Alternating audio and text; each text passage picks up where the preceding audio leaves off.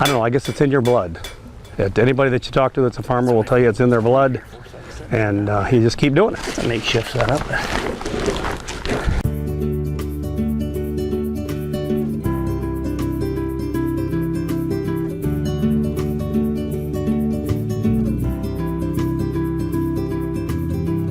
You know, I always enjoyed working with my dad, and he did with his dad, so we just worked well together, and we had a good time. All right, here we go.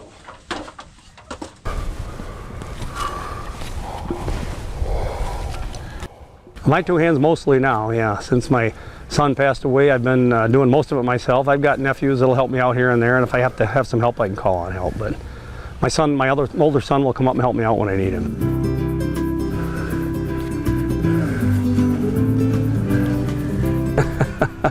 It can be a 9-to-5 job. On weekends for me right now, it's a 9-to-5 job, yeah. No, it's a lot longer than that.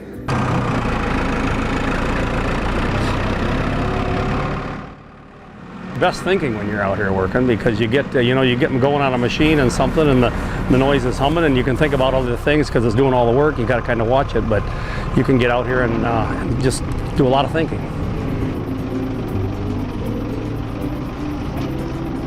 Not very many people can say that 5 generations have lived on this same property, and we've got the road named after us out here. That's kind of cool too. Not very many people can say that, so it's pretty neat stuff. Well, they were from County Cork in Ireland, in a town called Mill Street. They came through Ellis Island, as our understanding, changed their name because they wanted to be American. So they took the O off the front of O'Daly and added an E and made it D-A-L-E-Y.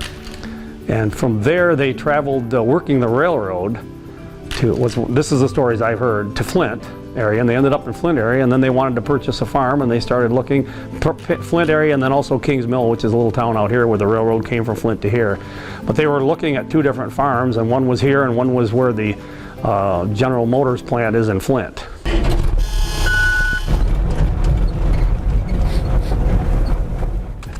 When you grow up on a farm and you live on a farm and you grow up working with your dad every day, you get so you can actually answer each other's questions sometimes, because you know, we'd have a salesman pull in here and come and talk to one of us and ask us a question, and then they go talk to the other one. The salesman would leave and say, "What'd you tell them?" And we told them the same thing. So, you know, what we wanted or what we didn't want out of it. And then my son and I were the same way. We got in that way. 30 years apart. 30 years. My dad was 30 years older than me, and my son was 30 years younger than I was. It wasn't originally called, but at one point in time they referred to this as Daly Brothers, because my dad's father, my grandfather, and his 2 brothers were farming here together.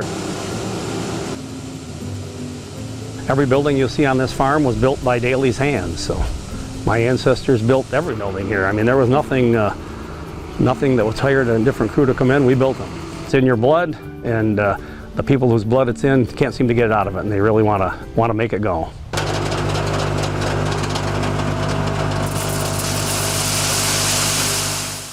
Just I like working, so I mean, like doing things with your hands and like working. I think we've got a beautiful place here, and we try to maintain it, and there's a pride involved in it, no doubt.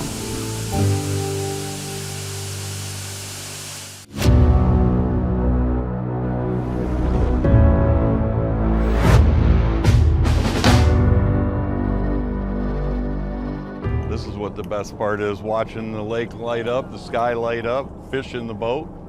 Friends, it's pretty hard to beat. On the camera. I guess that's mine, eh?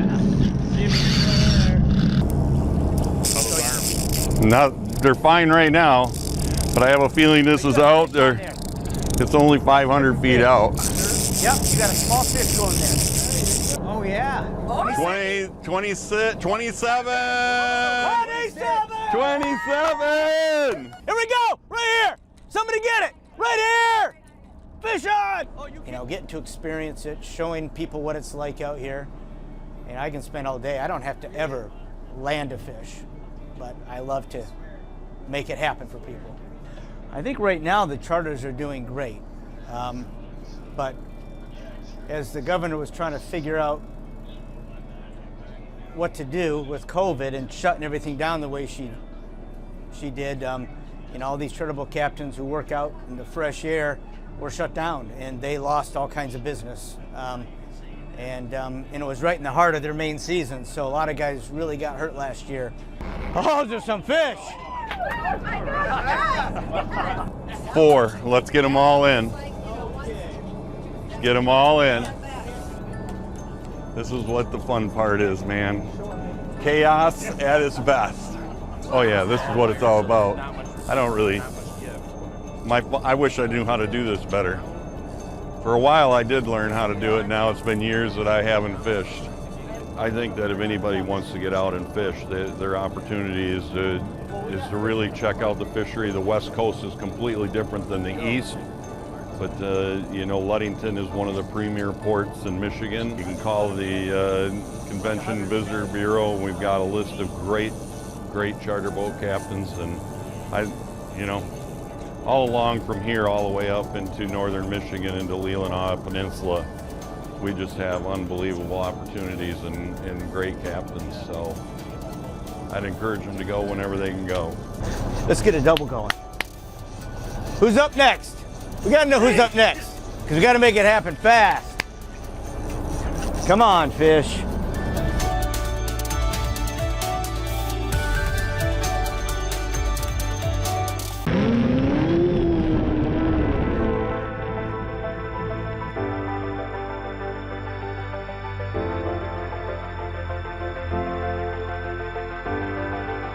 To me, it's excitement, it's beauty, it's exercise, and it's just being able to enjoy the great outdoors in a time of year that most people find cold and irritating. I find it just invigorating and beautiful.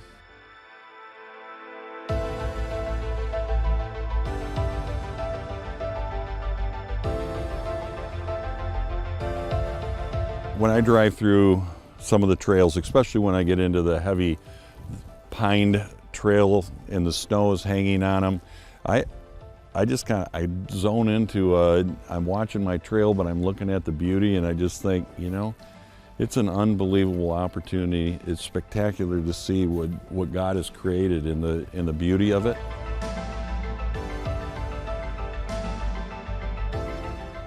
Take an opportunity to say, could we go for a short ride? Don't make it a long ride, make it a short ride. And when I say short, you know, 30 minutes to an hour, have them take you through some real trails just to absorb what the beauty is. Stop and visit some of the people along the trail, and when you really see how much it means to them and how much the snowmobile community means to their business, to me, it's one of the greatest sports there is. You know, we're sitting here today riding, and we've had 4 inches of fresh snow since we started this morning at about 10:30. The trails are spectacular. It's hanging, it's drifting down. You almost brings you back to that, you know, the old days that you think you're on the old horse buggy and sleigh, but you're actually on a snowmobile. But it's just beautiful to see and enjoy what this is all about.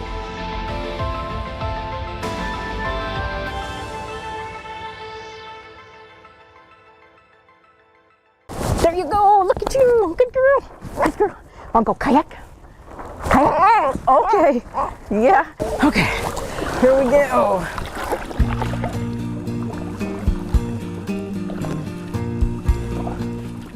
When I started sailing, my dad was an immigrant from Canada and tried to sign up to be in World War II twice, but wasn't able to. But he was a civilian that worked on planes, and he fabricated aluminum for our planes during World War II, and he was quite gifted at it. So when they bought a 400 square foot house, which is smaller than a 2-car garage, on Crescent Lake in Waterford, it had a lake. That was the big thing.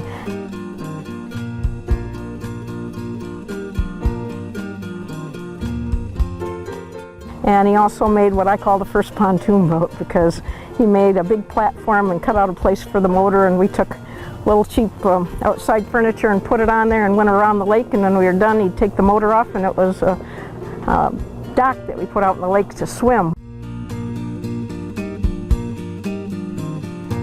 It's just one of the perfect pastimes. It doesn't hurt the environment. You feel like you're way up north when you come out here.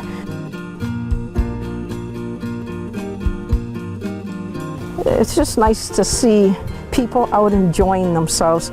We all are on our electronics so much. It doesn't matter if we're 2 years old or 92, but to be out here in the fresh air, and it just is such a treat to get away from all your other thoughts and just kind of feel like you're in an envelope of pure Michigan.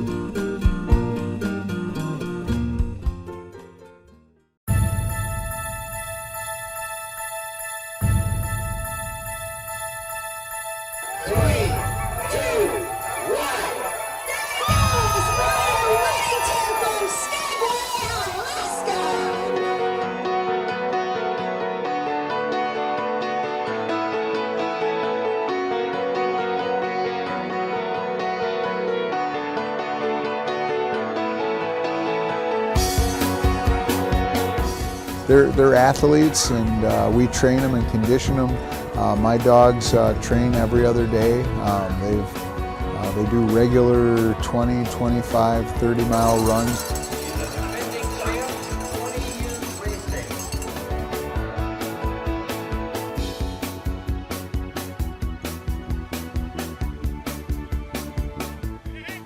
How do you keep them in shape?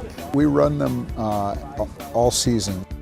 Here we were hooking 18 to 22 up on the front of a side-by-side. Really? 6-seater side-by-side. It's not too heavy for them, huh? No, and we do rides and tours too, Outer River Sled Dog Training Center and Wilderness Adventures, and so we started fall tours and summer tours. We do color tours, take people out for dog-powered wheel rides through the woods and show them how we train when there isn't any snow.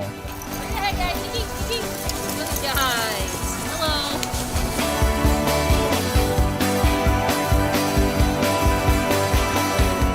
The spring and the summer and the beginning of the fall, it's more to just exercise them and keep their energy level right. Otherwise they get a little crazy. They're high energy dogs, and so I try and run them because of that. But in the fall, when it starts to drop into the 50s and the 40s, then we start regular training.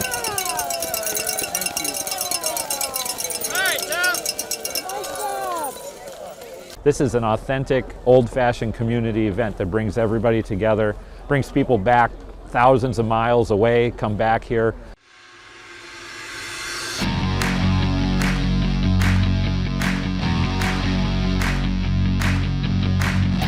How far away have you heard of people coming from for this, other than the jumpers themselves? New Jersey. New Jersey. Driving. Wow. Yeah, 16 hours they said Did it was they have going a to take them. connection for some reason? Why did they want to do it? I didn't take the phone call. Okay. But what you're seeing out here, you're seeing family reunions, Yeah. class reunions, and tailgating competitions. Yes. When all these athletes come from Europe, they've heard about us before they've come here. Because our jump is one of the hardest in the world to jump, because we're built on top of the hill and a lot of their facilities are built into the hill. 9 different countries this year. I mean, it's been part of the World Cup. We've had people who jumped in the Olympics. It's a really big deal. There's great records here. This used to be, I believe, the world's largest wooden scaffolding for ski jumping.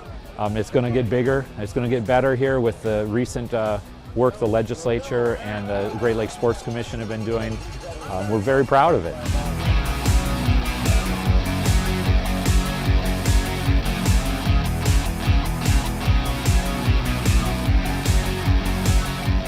Are we going to be able to do World Cup again once we're done? We'll be able to do World Cup, probably not every year. Right.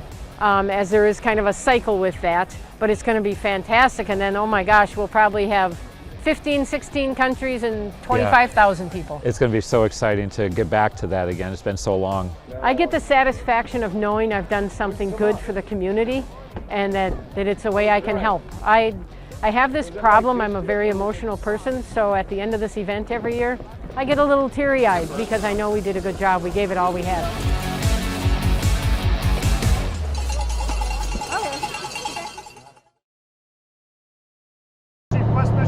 All right, let's get underway.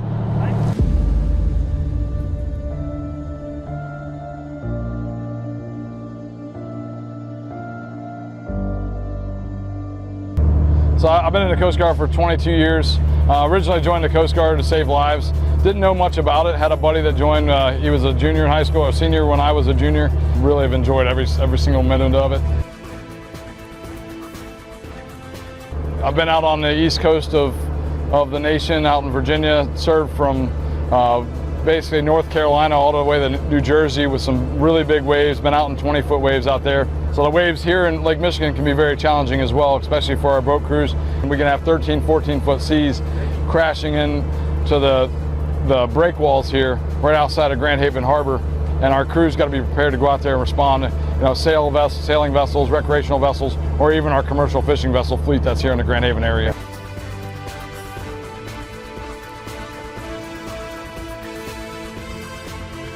Why the Coast Guard? The Coast Guard, really for me personally, is because it's family. Every single person in our unit, it feels like it's more of a family. So I have two families. I have, my family at home and then my extended family in the Coast Guard. Every single one of the crew I see is a brother, sister, son, daughter, especially now that I've made it higher up in the ranks, and a lot of the junior folks are younger than my kids coming in. So I really look at it like, hey, I'm kind of like a father figure to these folks. And men and women under your command is how they integrate in the community, how you get out in the community. Yeah, absolutely we do. It's actually, we try and push for it just to help out. We know that especially the economy is not always easy on those small folks, especially with COVID and what we've been through in the past year and a half. So we're here to help, and these small businesses, especially in the Grand Haven waterfront, you got all your places there. We go get ice cream, and you go into your local restaurants to get dinners with our families. It really kind of brings in that whole mesh. And the best part about it is jobs camaraderie, getting to go to different communities and meeting people from all over the place. I got friends in every state I've been stationed in, and it continues to be that way. Lifelong friendships. Lifelong friendships too, absolutely. You can go golfing with somebody, you go fishing with somebody, you go hunting with them, in these communities, and it's just amazing because you build these strong relationships with the folks in the community, not just the folks in the Coast Guard. Those little things that you get to do that, and I get to do it all over the world, all over the nation, not just in one spot.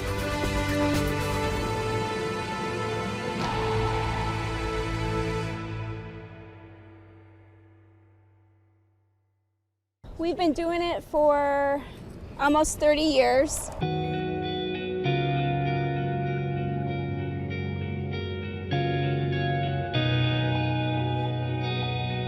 It's an annual event every Thursday, third Thursday of May. We plant 10,000 plants roughly. All of our 10,000 plants are donated by Kalamazoo Flower Group. And they've done that since the beginning of the program, and they're very generous with their donation.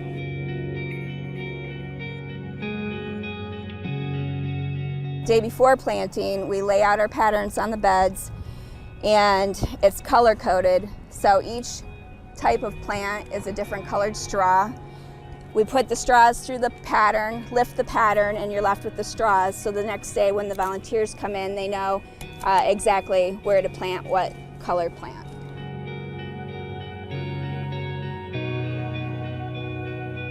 Mark, are you good with your purple down there?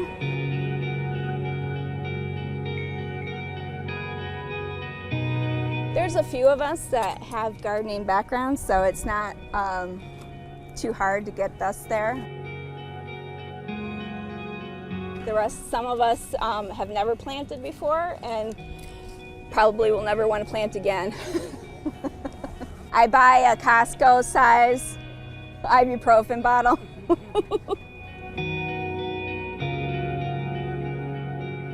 It's a lot of work, and we're tired by this end of the loop, but it's worth it in the end.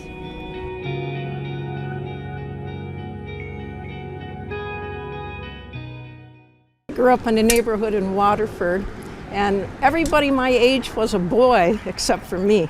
And at 12 years old, they all got motorcycles and off they went.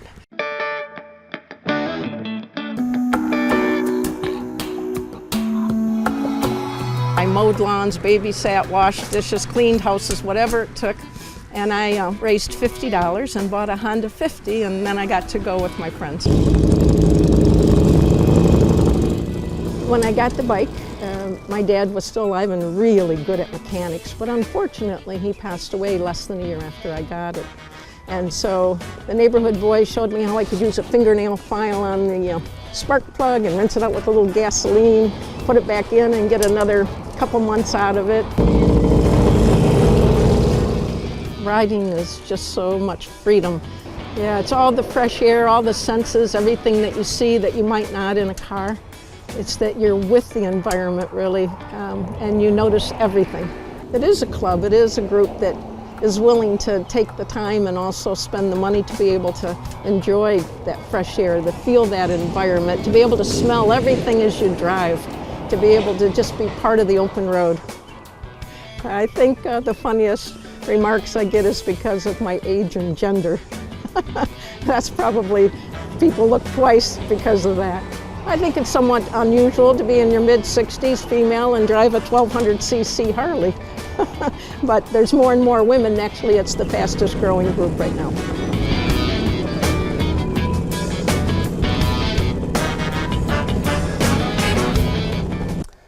We have you hooked onto this cable, all right? And this is locked, so you cannot fall. Okay. All right? And I'm walking on here? You are. Walking on sunshine?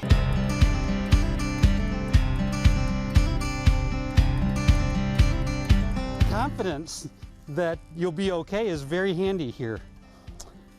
And faith that you will be okay is extremely nice. When you do a high ropes course, there's an element of, you may be a little bit afraid of stepping out into this element that you're not so sure will hold you. Your footing isn't comfortable and secure, and so you have to put your confidence in something other than what you're used to. And I can see that because when I took my first step onto the rope and it was wobbly, I guess I expected it to be tighter. And so I thought, okay, I went slowly in the beginning, and but then I gained a little more confidence. And now since we've come back across, I think, all right, I did that. So Five Pines Ministries is 41 years old this year. Jim and Judy Schofield are founders, and they started it as a place where high school age young people could come and have a safe place to go and build relationships with each other and with Christ.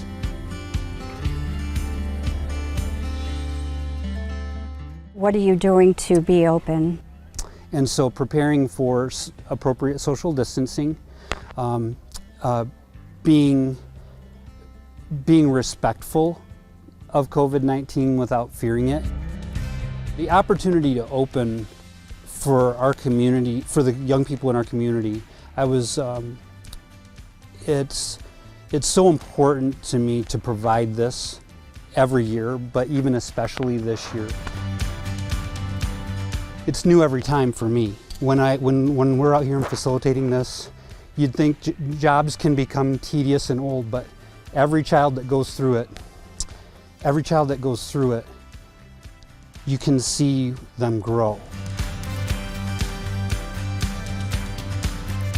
So Windmill Island Gardens, we've been here since 1965 when they brought the windmill from the Netherlands. So some of the city fathers at that time decided they wanted a little slice of the Netherlands here.